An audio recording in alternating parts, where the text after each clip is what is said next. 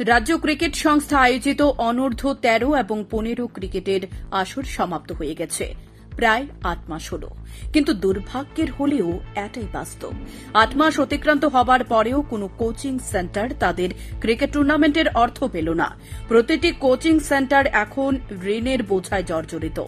অনূর্ধ্ব 13 এবং 15 বিভাগে প্রতি বছর টিসি এর থেকে প্রত্যেকটি কোচিং সেন্টারকে দেওয়া হয় 1 লক্ষ টাকা।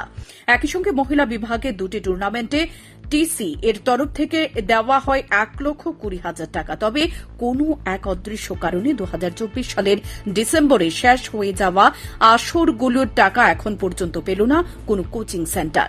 বিগত দিনে এমন ঘটনা কোনো সময় ঘটেনি। বিগত দিনে যারাই টিসি এর দায়িত্বে ছিলেন তারা কোচিং সেন্টারগুলিকে তাদের বরাদ্দকৃত টাকা সঠিক সময়ে দিয়ে দিতেন, কিন্তু এবার এমন কি হলো যে এখনো কোচিং সেন্টারগুলো তাদের বরাদ্দকৃত টাকা পাচ্ছে না। এ নিয়ে হতাশায় ভুগছেন বিভিন্ন কোচিং সেন্টারের প্রতিনিধি সহ কোচেরা। কোচিং সেন্টারের প্রতিনিধিদের তরফ থেকে বেশ কয়েকবার টিসি এর পরিচালন কমিটির সঙ্গে এ বিষয়ে যোগাযোগ করা হলে আজ পর্যন্ত তারা এর কোনো সদুত্তর পায়নি। রাজ্যের অন্যতম একটি ক্রীড়া সংস্থা হল ত্রিপুরা ক্রিকেট অ্যাসোসিয়েশন, যাকে এক কথায় অবশ্যই বলতে হয় ধন কুবেরের সংস্থা।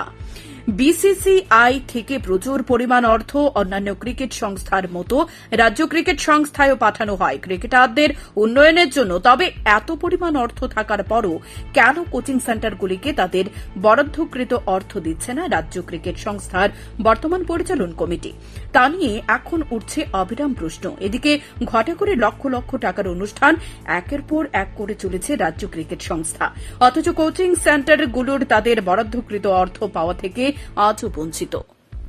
শান্তন।